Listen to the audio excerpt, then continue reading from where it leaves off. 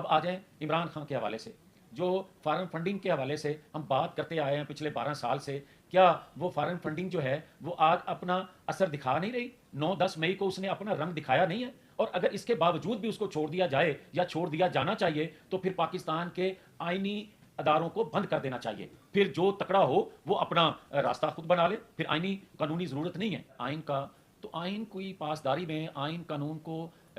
کا تقدس پامال ہونے پہ ہم اپنی حکومتیں گواتے آئے ہیں، یہ ہمارا ماضی گواہ ہے۔ اگر آج کوئی یہ سوال کرے کہ ہم آج آئین قانون کی بات کرتے ہیں تو یہ مناسب نہیں ہے، ہم نے تو اس کے لیے بڑی سے بڑی قربانی دینے سے بھی دریغ نہیں کیا۔ جہاں تک آپ 90 دن کے الیکشن کی بات کرتے ہیں تو پھر اس وقت جو بندیال صاحب تھے ان سے یہ پوچھنا چاہیے تھا کہ پنجاب اسمبلی میں ایک ووٹ کاسٹ کرنے پہ اور ججمنٹ اور دوسرا کا ووٹ ڈالنے پہ اور دوسری ججمنٹ وہی دینے والے تھے۔ یہ آئینی